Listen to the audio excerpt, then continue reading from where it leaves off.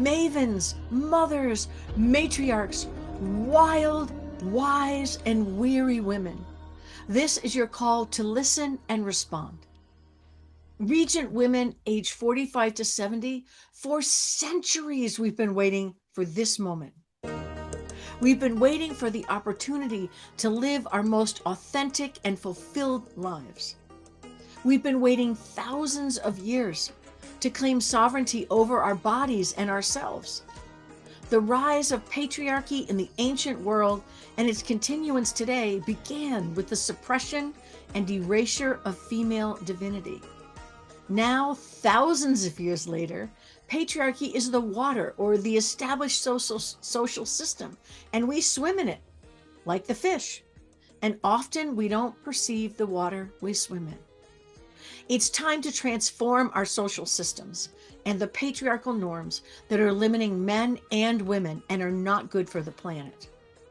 Patriarchies desire power over women, power over economics, over nature, over society, over culture. The results of patriarchal social systems have led us to the edge of a cliff. It's time that we have to claim our sovereignty and begin to find a new way forward, like the yin and the yang, the archetypal masculine and the archetypal feminine. We need to find a way to be in balance so life can become equitable and sustainable. It took thousands of years for patriarchy to become established. I don't know how long it's going to take for a new social and mythic paradigm to emerge, but we're riding the crest of the first wave of change. The synchronicities that have come to pass in the last 100 to 120 years, and most recently in the past few days, can no longer be ignored. The call to ride the wave is here. How do I know? There are 4 reasons.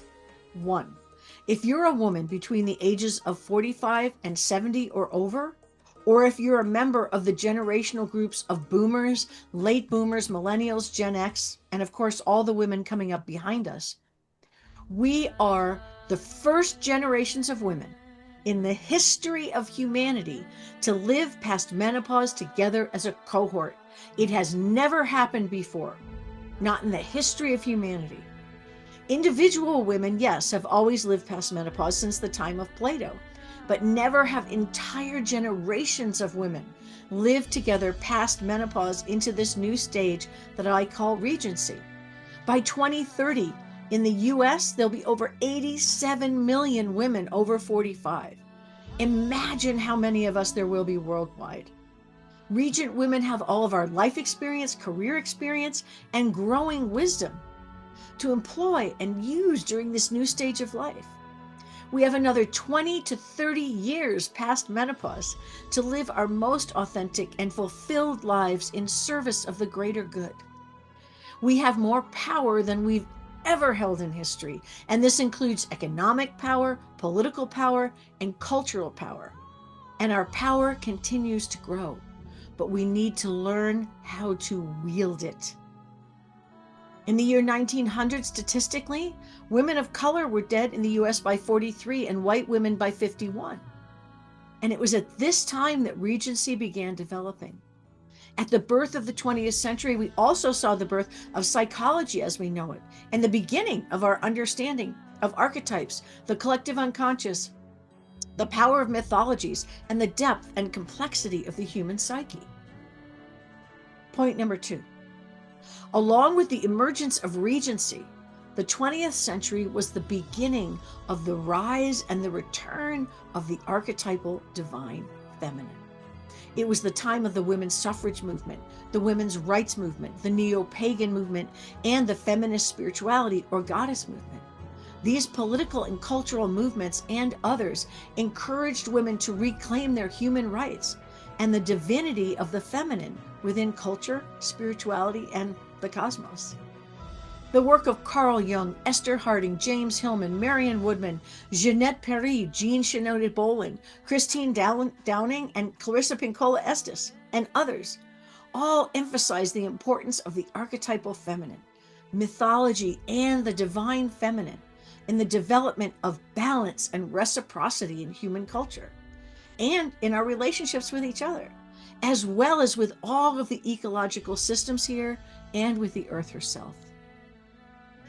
Number 3, rapidly accelerating climate change, political division, increasingly out of control economic and social injustice, the rise of authoritarian political regimes worldwide, and unending wars are evidence enough that the current patriarchal paradigm is no longer a viable system for sustainable life. As above, so below. 4, right now we're going through a huge astrological shift. Now, astrology was never on my mind until recently, when I had my birth chart and transits and progressions revealed to me by an archetypal astrologer. It blew my mind. The patterns of my life, the years of change and development were all there in my chart. So I guess I grew up to be who I'm supposed to be. And I'm not an astrologer, but I want to try to explain to you a little bit about what is happening in the idea of as above, so below.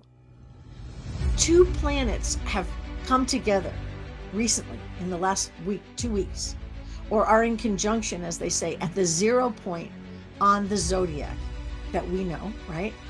And the astrologer Astro Butterfly writes, quote, "The Saturn-Neptune conjunction alone is a big deal, but what about when it occurs at 0 degrees in Aries, which is the very first degree or very first position in our zodiac?"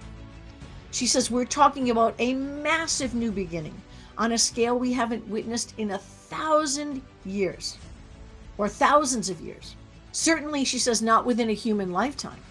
The last time Saturn and Neptune were conjunct at 0 degrees in Aries is believed to have occurred about 9,000 years ago, or 7,000 BC.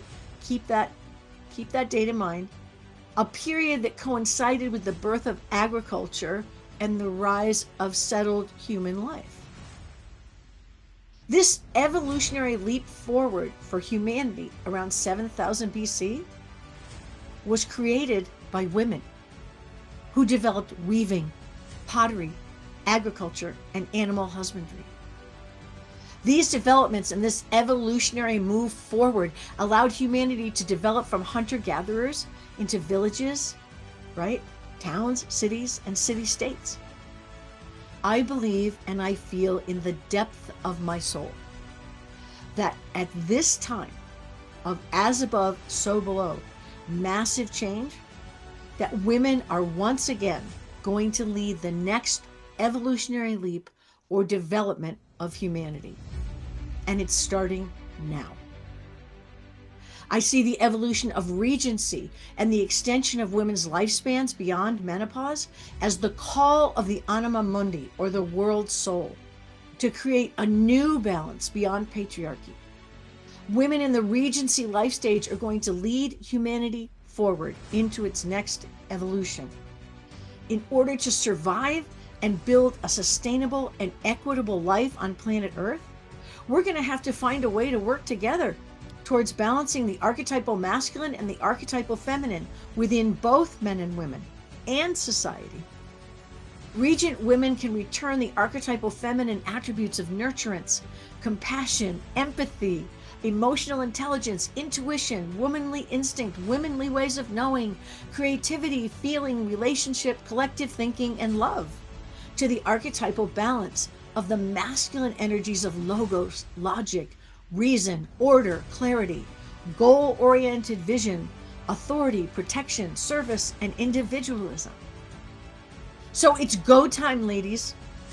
If you're a regent woman and you can feel the call to live your most authentic and fulfilled life, if you can feel the rise and return of the archetypal feminine within, seeking expression in your life, if you can feel the power of your intuition and instincts and womanly ways of knowing, calling you to rise to meet this moment, welcome, hail, and well met.